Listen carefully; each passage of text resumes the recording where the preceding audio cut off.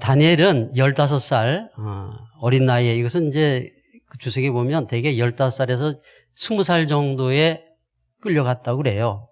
하여튼 15살 어린 나이에 바벨론 느부갓네살 왕에게 이제 1차 포로로 끌려갔지요. 그래서 대략 18세에 바벨론의 총리가 되었습니다. 요셉이 30세에 된 거에 비하면 이건 뭐 엄청 빠른 거죠. 바벨론이 망한 후에 메대 왕, 다리오 왕 때에 우리가 잘 아는 것처럼 사자굴에 던져졌지만 살아났습니다.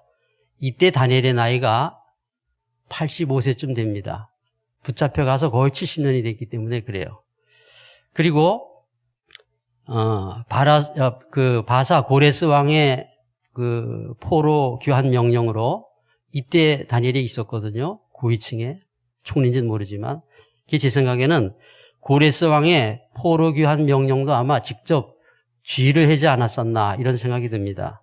그래서 이 고레스서부터 그 다음에 언제 죽었는지는 기록이 없어요. 대략 한 90세 이상은 살은 것으로 생각이 됩니다. 이 다니엘은 이방 나라 바벨론 제국 망한 다음에 메대 나라, 그 다음에 바사 제국, 이 세 개 나라의 총리와 고위 관리를 지내면서 끝까지 전자의 사명을 잘 감당한 위대한 사람이죠. 다니엘은 예수 그리스도를 예표합니다. 다니엘서가 어렵긴 합니다. 어렵긴 하지만 이 다니엘서를 이해하면은 우리 구원의 큰 틀을 알 수 있기 때문에 다른 성경을 이해하는 데 상당히 도움이 됩니다. 오늘 시간에는 다니엘서 1장에서부터 6장까지의 그 기록된 복음의 진리, 중심 내용을 한번 대략적으로 살펴보고, 오늘 읽은 말씀 5장의 그 종말의 심판에 대해서 간단히 한번 공부해 보려고 합니다. 1장에서 다니엘의 세 친구들이 바벨론 포로로 끌려갔지만 가장 지혜로운 예지가 뛰어난 다니엘이 함께 함으로써 3년 동안의 공부를 다 마치고 이제 느부갓네살 왕 앞에 나아가는 장면이죠. 이것은 우리에게 무엇을 예표하고 있냐 하면, 우리가 사탄의 이 지배를 받는 이 세상에 살고 있지만 주님께서 성령으로 우리와 함께 하시며 우리를 가르치시고 지도하셔서 마지막에 하나님 앞으로, 왕 앞으로 인도한다는 그런 의미가 있습니다. 그래서 다니엘서 1장을 시작하면서 우리에게 하나님께서 성령을 통해서 함께 하신다는 것을 우리에게 얘기하고 있는 거죠. 2장으로 넘어가면은 하나님께서 느부갓네살 왕에게 세상 만한 나라로 이루어진 큰 우상을 보여줍니다. 이것은, 이 세상은 우상을 숭배하는 거대한 바벨론이다. 사단이 왕노릇하는 큰 우상이 이 세상이다라는 것을 보여줍니다. 이것을 먼저 잘 기억하시기 바랍니다. 이 세상은 하나님을 대적하는 거대한 우상의 덩어리이다. 모든 나라와 민족이 합쳐진 우상이다라는 겁니다. 이게 4장으로 넘어가면 느부갓네살 왕이 두 번째 꿈을 꿉니다. 땅의 중앙에 크고 번성한 나무를 하나님이 보여주셨습니다. 이것은 이 땅에 찬란하고 번성한 문명은 죄악의 인간이 하나님을 대적해서 이 땅에 만든 교만의 바벨탑이라는 것을 알려줍니다. 교만의 바벨탑. 이것도 잘 기억하시기 바랍니다. 이 땅에 빛나는 모든 문화와 문명은 악한 인간이 사단의 지혜로 이룩한 죄악의 바벨탑이다. 꼭 알아두시기 바랍니다. 성경이 세상을 바라보는 관점이 세 가지가 있어요. 첫 번째는 나라와 민족을 보는 관점입니다. 이것은 아까 말씀드린 것처럼 이 세상은 거대한 우상이다. 모든 나라와 민족은 거대한 우상의 한 부분이라는 말입니다. 우리나라도 예외가 아니겠죠. 이스라엘이 가나안을 정복할 때 하나님께서는 가나안의 모든 칠족속, 나라와 민족을 완전히 진멸하라고 했습니다. 그 이유입니다.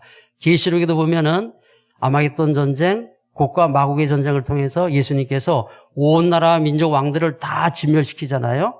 그 이유입니다. 두 번째, 문화와 문명을 바라보는 관점입니다. 아까 말씀드렸죠? 이 세상의 모든 문화와 문명은 인간과 사단이 합작한 바벨탑입니다. 그래서 이스라엘이 가나안을 정복할 때 하나님께서 신신당부하신 말씀이 가나안에 들어가거든 그 가나안 사람들의 풍습을 제발 본받지 말라 이렇게 부탁을 한 거예요. 신학에서도 보면은 이 세상이나 이 세상에 있는 것들을 사랑하지 말라 그랬습니다. 이거는 나쁜 것만 사랑하지 말라는 게 아니라 다 얘기하는 겁니다. 돈과 권력과 명예와 권세와 즐기는 거, 이 모든 것들을 본받지 말라는 얘기죠. 계시록에도 보면은 마지막 심판의 날 주님께서 이 세상의 모든 문화, 문명, 사치품, 모든 물건, 집 다 불에 태워버리십니다.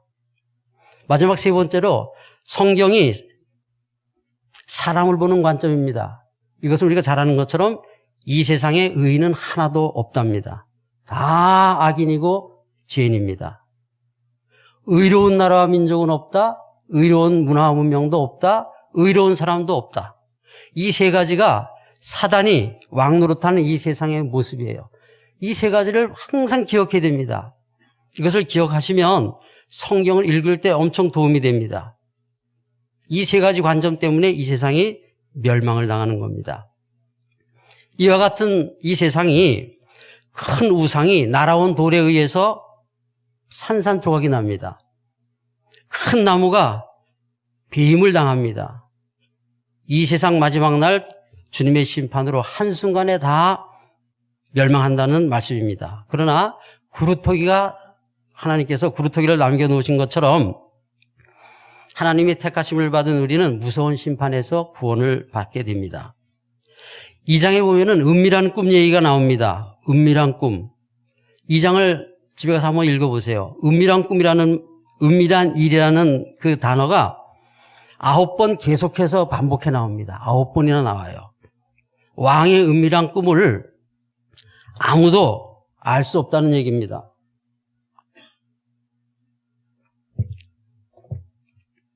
물론 은밀한 꿈을 이 다니엘은 해석을 했죠. 왕이 알고 싶어하는 당신이 꾼 꿈은 거대한 신상입니다. 얘기했지만 그 신상은 은밀한 꿈의 진짜 의미는 아니죠. 더 깊은 은밀한 일의 꿈의 내용은 무엇인가를 한번 생각해 봅니다. 하나님께서는 창세 전에 아들과 함께 은밀한 꿈을 꿨어요. 그 은밀한 꿈이 뭐냐면 아들 예수 그리스도의 피로 인간을 구원하겠다는 꿈이에요. 계획입니다. 삼위 하나님께서 창세 전에 만드신 계획을 인간이 어찌 알겠습니까? 모르죠. 그러니까 은밀한 일이라고 성경이 기록하고 있습니다. 이것을 지금부터 2000여 년 전에 하나님의 아들 예수가 사람으로 이 땅에 오셔서 십자가에 죽으시고 부활하심으로 하나님의 그 은밀한 꿈을 세상에 알게 하셨어요. 은밀한 꿈을 모르면 다 죽인다고 했잖아요, 왕이. 예수를 통해서 하나님의 은밀한 꿈, 십자가의 복음을 많은 사람들이 알게 됐기 때문에 우리가 지금 살아있는 겁니다. 죽지 않고. 은밀한 꿈은 바로 예수 그리스도이세요. 십자가의 복음을 은밀한 꿈이라고 성경에서 숨겨서 우리에게 얘기하고 있는 거죠.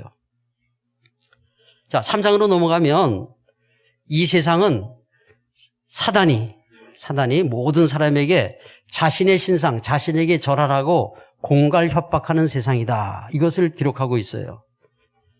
한번 찾아보겠습니다. 우리 3장 5절 6절을 한번 찾아보세요. 그 앞으로 좀 넘어가면 3장 5절 6절. 아멘. 귀신의 악한 영들이 피레와 수금과 모든 악기 소리를 연주하면서 모든 인간들에게 절하라라고 강요하는 시대가 지금 오늘날 이 시대란 말입니다. 이 세상이에요. 지금 온 세상에는 이 사단의 악기 소리, 풍악 소리가 계속 울려 퍼지고 있습니다. 사회 모든 분야, 정치교육, 사회교육, 스포츠 모든 분야에서 또 모든 축제에서 모든 행사마다 귀신의 음악과 노래가 끊어지지 않고 있어요. 그 소리는 사단에게 절하라는 음악 소리입니다. 노래 좋아하시죠? 요즘에 다 가요에 빠져서 많이 사시는 것 같은데 조심하시기 바랍니다. 여기서는 악기 소리, 노래뿐 아니라 이 세상에 인간이 즐기는 모든 삶을 다 얘기하는 거예요. 그걸 통해서 사단은 자기가 절받기를 원하는 거죠. 이상 모든 인간들이 푸른 뿔에 들어가지 않기 위해서 이 귀신의 오케스트라에 맞춰가지고 지금 다 절하고 있어요. 한 사람도 빠지지 않고 다 합니다. 이 3장에 보면요. 맹렬히 타는 풀무불, 극렬히 타는 풀무불, 이 단어가 10번 반복되고 있어요. 근데 여러 번 쉬어봤어요. 하도 많아가지고. 10번이나 반복되고 있는데 왜 그렇습니까? 이 풀무불이 그만큼 무섭다는 얘기입니다. 그런데요. 사단에게 절하면 풀무불에 던지지 않겠다. 지옥에 던지지 않겠다. 그리고 절하지 않으면 풀무불에 던지겠다. 지옥에 던지겠다는 사단의 말은 거짓입니다. 그렇죠? 거짓이에요. 세상 모든 인간은요. 처음부터 사단의 자식으로, 지옥의 자식, 멸망의 자식으로 땅에 태어난 거예요. 인간은 엄마 뱃속에 잉태될 때부터 죄악으로 잉태됐어요. 태어났을 때도 죄인으로 태어났어요. 진노의 자식으로 태어났단 말입니다. 그러면 이 세상의 평생을 잘 살다가 죽으면 또는 예수님에 의해서 심판이 오면 그때 지옥으로 들어가는 게 아니에요. 우리는 지옥의 자식이기 때문에 모든 인간이 이 땅에 태어나는 순간에 풀무불 속에 태어나는 겁니다. 우리가 사는 이 세상이 풀무불이라는 얘기예요. 풀무불. 사단에게 절하든 절하지 않든 모든 인간은 세상 풀무불에 던져진 진노의 존재들입니다. 요한복음 3장 18절 믿지 아니하는 자는 하나님의 독생자의 이름을 믿지 아니함으로 벌써 심판을 받은 것이니라. 후에 심판받는 게 아니라 태어나면서 벌써 심판을 받고 태어났다는 얘기입니다. 하나님께서 잘 성경을 보면요. 하나님께서 다니엘의 세 친구를 풀무불에 들어가지 않게 해서 구원한 게 아니라 풀무불 속에 던져진 세 친구들 속에 주님이 들어가서 구원을 하셨단 말이에요. 보호하셨어요. 이해가 되시죠? 풀무불에 들어가지 않도록 건져낸 게 아니라 주님이 풀무불 속에 들어가 있는 세 친구를 보호했다는 얘기예요. 이게 무슨 뜻입니까? 우리가 사는 이 세상이 풀무불 속이라는 말이에요. 풀무불은 두 가지 뜻이 있어요. 하나는 이 세상이 풀무불이고 또 하나는 죽은 후에 가는 지옥의 불못이 풀무불이에요. 신명기 4장 10절에 보면 하나님께서 이스라엘 백성에게 하신 말씀이 있어요. 내가 너희를 새 풀무불 곧 애굽에서 인도하여 냈다. 이스라엘 백성이 애굽 바로의 400년 노예 생활한 것을 하나님은 뭐라고 표현했냐면 새 풀무불, 샘물이 이글거리는 풀무불 속에서 너희가 노예 생활을 했는데 내가 거기서 건져냈다고 얘기하는 겁니다. 우리가 지금 사단이 지배하고 있는 이 세상 풀무불 속에 있다는 말이죠. 낙원같이 보이는 세상이지만 그 이면을 한번 보십시오. 기근과 전쟁과 질병과 살인과 폭행과 마약과 이 세상이 이게 지옥도 이런 세상이 없습니다. 그렇죠? 한 면을 보면 천국 같지만 또 다른 이면을 보면 엄청난 지옥입니다. 지옥. 풀불 속이에요. 현재 우리가 행복하든 불행하든 모든 인간은 풀불 속에 있는 겁니다. 부처를 믿어 절간에 있든지 예수를 믿어서 지금 이 자리 교회에 있든지 다 풀무불 속에 있는 거예요. 사단의 지배를 벗어날 수가 없어요. 우리 인간은. 그러나 믿는 우리는 풀무불을 막아주시는 주님 품 안에 있기 때문에 안전한 겁니다. 주님께서 요한복음에 보면 반복해서 내 안에 거하라, 내 안에 걸어라 말씀하잖아요. 왜 내 안에 거하라고 합니까? 세상에 온갖 풀무불 속이기 때문에 예수님 안에 있지 않으면 불타버리기 때문에 그래요. 예수님 내 안에 있어라 계속 얘기하지요. 그렇기 때문에 주님께서 재림하실 때 믿지 않는 자들은 어떻게 돼요? 세상 풀무불 속에 살다가 더 뜨거운 지옥 풀무불 속으로 들어가는 거예요. 그죠? 영원히. 믿는 우리는 어떻게 돼요? 세상 풀무불 속에서 주님의 보호하심 속에 있다가 영원한 천국, 주님 품 안으로 들어가는 거예요. 다릅니다. 그러므로 풀무불 속에서 보호받은 세 친구는요, 믿음으로 구원받았다는 보편적 진리 이전에 이 세상에 살고 있는 수많은 사람 중에 하나님께서 택하신 자들을 구원했다는 얘기입니다. 남겨진 그루터기이기 때문에 우리를 보호하신다는 진리가 먼저예요.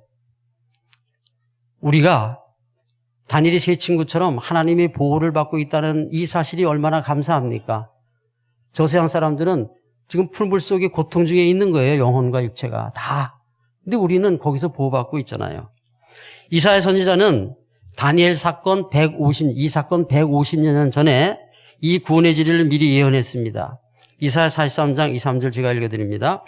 네가 물 가운데로 지날 때에 내가 너와 함께 할 것이라.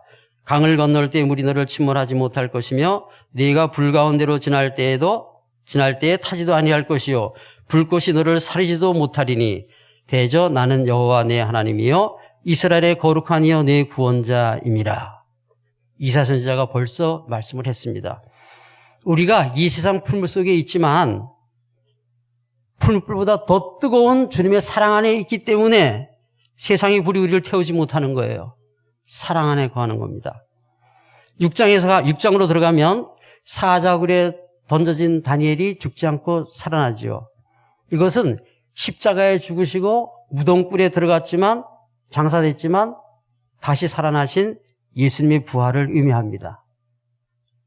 주님의 부활로 사단은 패했고 주님은 만왕의 왕이 되셨습니다. 주님은 심판주이시고 만왕의 왕이라는 것을 6장에서 우리에게 보여줍니다. 1장에서 6장까지의 말씀에서 본문이 가르쳐주는 복음의 진리를 몇 가지 알아봤습니다. 성경을 문자적인 스토리로 읽지 마시고 문자 뒤에 숨어있는 복음의 진리를 잘 발견하시기 바랍니다. 5장의 내용입니다. 온 세상이 사단의 술에 취해 하나님을 멸시하며 우상을 찬양하고 있다. 이게 5장 오늘 읽은 본문의 내용입니다. 벨사살은 바벨론의 마지막 왕입니다. 이 왕이 귀족 1000명을 초청해가지고 잔치를 벌입니다. 할아버지 느부갓네살 왕이 옛날에 그 예루살렘을 쳐가지고 뺏어온 음그릇에 다 꺼내다가 왕과 귀족, 왕후, 후궁들이 거기다 술을 부어가지고 다 마시면서 그것도 모자라가지고 금은 구리, 새, 나무, 돌 그걸로 만든 우상에게 절하고 찬양했다. 아까 읽어드린 그 말씀에 있어요.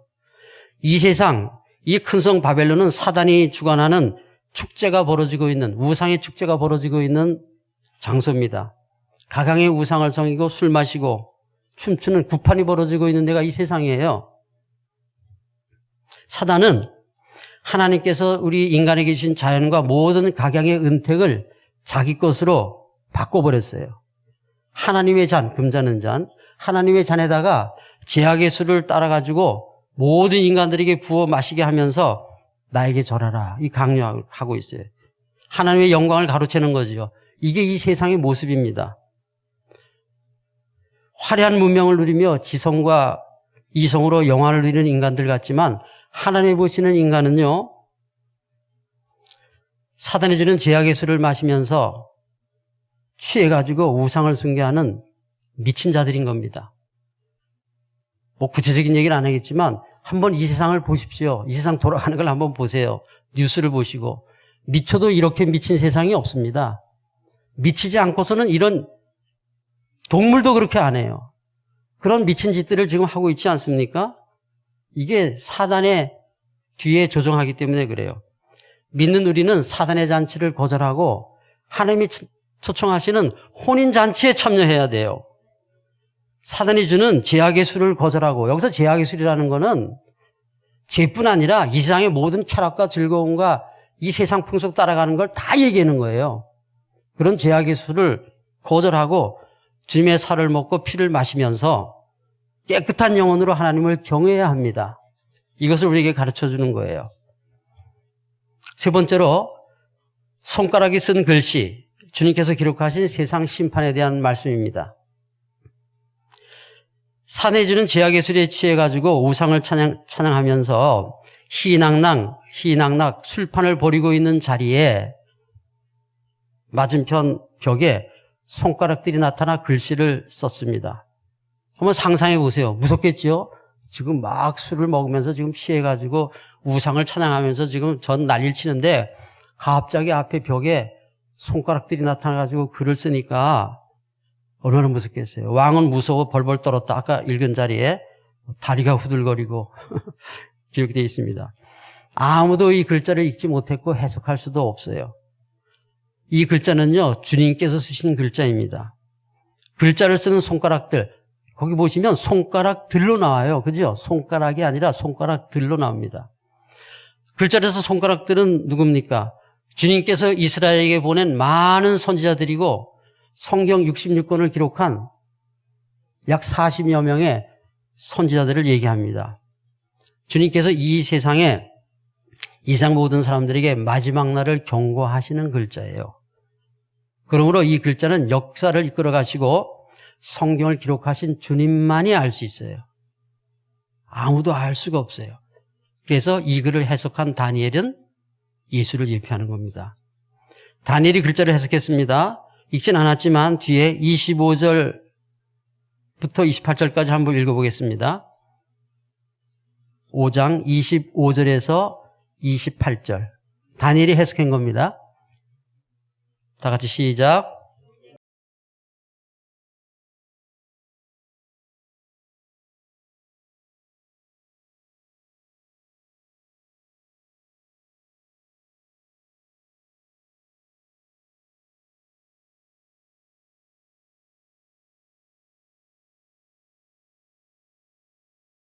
바벨론이 끝났다. 바벨론 제국이 이제 멸망의 때가 다 됐다. 이 말입니다. 그렇죠? 대제국, 이 세상 바벨론이 멸망한다는 말입니다. 앞에서 얘기한 사단이 지배하는 큰 신상, 우상인 이 세상 바벨론이 날아온 돌, 예수님에 의해서 완전히 가루가 된다. 겨같이 부서진다.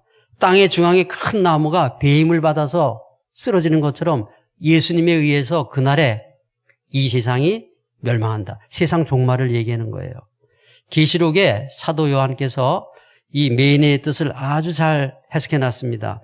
계시록 14장 8절, 18장 2절에 보면 무너졌도다 무너졌도다 큰 성 바벨론이요.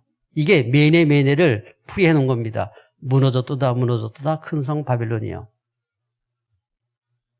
이 세상 바벨론을 무너뜨리고 심판하시는 분이 예수님이십니다. 심판 주세요. 두 번째 대결입니다. 대결은 벨사살 왕이 하나님께서 평가하시는 기준에 미달했다는 얘기입니다. 몸무게가 아니라 구원의 기준에 미달했다는 얘기예요. 몸무게로 구원의 기준을 삼으면 좋아할 사람이 많겠죠? 세상 모든 사람들이 구원의 시험에 불합격했다는 얘기예요. 한 사람도 통과한 사람이 없다는 얘기입니다. 이것이 바벨론, 이 세상의 심판으로 멸망당하는 이유입니다. 로마서 3장 23절입니다. 모든 사람이 죄를 지어 하나님의 영광스러운 표준에 미치지 못했다. 현대인 성경입니다. 하나님의 영광스러운 표준에 미치지 못했다. 하나님이 정하신 구원의 기준, 하나님의 의에 미달했다는 얘기입니다. 하나님의 의는 죄가 하나도 없는 아주 깨끗한 성결이에요.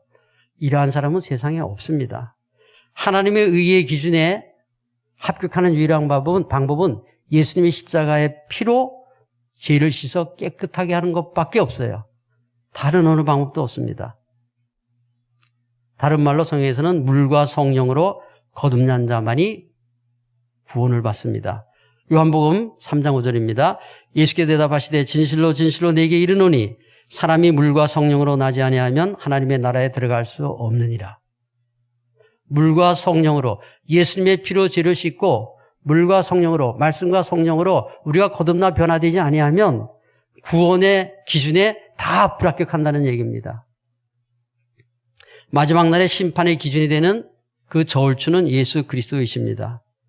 예수 그리스도를 믿는 자만이 하나님의 의가 충만해서 구원을 받습니다. 이걸 다른 말로 얘기하면 하나님을 예수님의 피를 믿지 않는 자는 다 영원한 지옥불 속으로 들어간다는 얘기죠.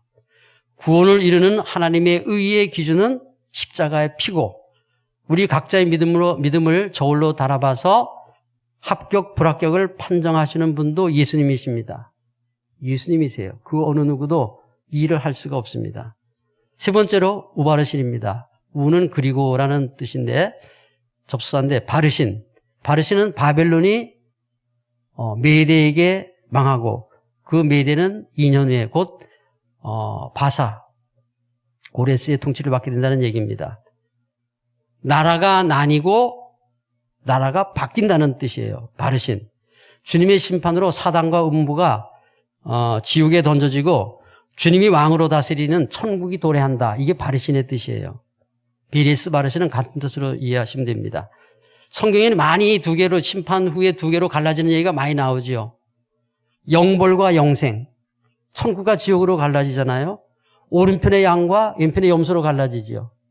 또 알곡과 쭉정으로 갈라지지요. 쭉정은 불에 태운다 그랬습니다. 마지막 날에 영벌의 지옥과 영생의 천국을 나누시는 분도 주님이시고 창세전에 완전한 하늘나라를 꿈꾸었던 은밀한 하나님의 꿈을 완성하시는 분도 예수님이십니다. 메네, 데겔, 바르신. 이 세 가지를 행하시는 분이 다 누구냔 말입니다. 예수님이세요. 다 예수님이 하시는 겁니다. 다니엘의 해석과 같이 벨사살 왕이 이날 밤에 죽임을 당했습니다. 바벨론 나라가 끝이 났죠. 바벨론 제국의 마지막 왕 바벨론이 죽고 바벨론 제국이 끝장나는 걸 통해서 사단이 지배하는 이 세상, 이 바벨론이 심판받고 멸망한다는 것을 비유하고 있습니다. 참으로 정확하고 신기한 말씀이죠. 이 세상 심판이 끝나면 하나님의 나라가 완성됩니다. 5장 29절을 우리 다 함께 읽어보겠습니다. 29절입니다. 시작. 이에 벨사살이 명하여 그들이 다니엘에게 자주색 옷을 입히게 하며 금사슬을 그의 목에 걸어주고 그를 위하여 조서를 내려 나라의 셋째 통치자로 삼으니라. 이 말씀은 하나님께서 아들 예수 그리스도를 만왕의 왕으로 세우신다는 말씀이에요. 이 셋째 통치자는 벨사살 왕과 그 아버지와 같이 공동 통치인 것 같아요. 그 아버지, 그 다음에 셋째 통치자 다니엘이니까 국무총리가 됐다는 얘기죠. 메네메네 데겔 우바르신은요, 세상의 종말을 의미하지만 우리 각자의 종말도 함께 의미하는 겁니다. 세계 온 나라와 민족의 흥망성쇠를 주관하시고 사람을 세우시고 폐하시며 세상을 심판하시는 하나님의 목적과 방향은 오직 택하신 우리의 구원에 있습니다. 주님의 재림과 메시아 왕국, 영원한 하늘나라를 완성하시는 것이 성부 하나님, 성자 예수님, 보혜사 성령님이 하시는 일이에요. 요한복음 5장 10절에 보면 예수께서 그들에게 이르시되 내 아버지께서 이제까지 일하시니 나도 일한다 하시매. 하나님이 일하시고 예수님이 일하시고 성령이 일하시는 그 목적이 뭐냔 말입니까? 예수님 말씀하시기를 여기서 일한다고 하는 이 말씀은 바로 너희들의 구원을 위해서 내가 일한다, 이런 뜻입니다. 정리합니다. 첫째, 이 세상은 사단과 제약이 지배하고 있는 세상입니다. 하나님을 멸시하고 우상을 찬양하는 게 이 세상입니다. 두 번째, 하나님의 은밀한 꿈을 십자가의 피로 온 세상에 알리신 예수 그리스도를 알고 믿어야만 구원을 받습니다. 셋째, 주님의 심판으로 믿지 않는 자는 세상 풀불 속에서 더 뜨거운 영원한 지옥 불못으로 들어갑니다. 그러나 믿는 우리는 세상 풀불 속에서 주님 안으로 천국으로 들어갑니다. 네 번째, 손가락에 쓴 글씨는 주님께서 기록한 세상에 대한 심판의 말씀입니다. 메네, 이상은 곧 망한다, 끝장이 난다. 데겔, 인간의 죄악이 심판의 저울추를 이미 넘어섰다, 다 가득 찼단 말입니다. 바르신, 주님의 심판으로 천국과 지옥으로 나누어진다. 마지막 다섯 번째, 만왕의 왕, 주님이 다스리시는 영원한 천국이 완성된다. 이렇게 정리할 수가 있겠습니다. 기도합니다. 주신 하나님, 다니엘서의 말씀을 가지고 잠깐 은혜를 나눴습니다. 귀한 말씀, 생명의 말씀 심령에 기억하게 하시고 우리가 평생 주님을 믿을 때에 이 말씀을 생각하면서 믿음 생활 잘하는 우리 모두 되게 하여 주시옵소서.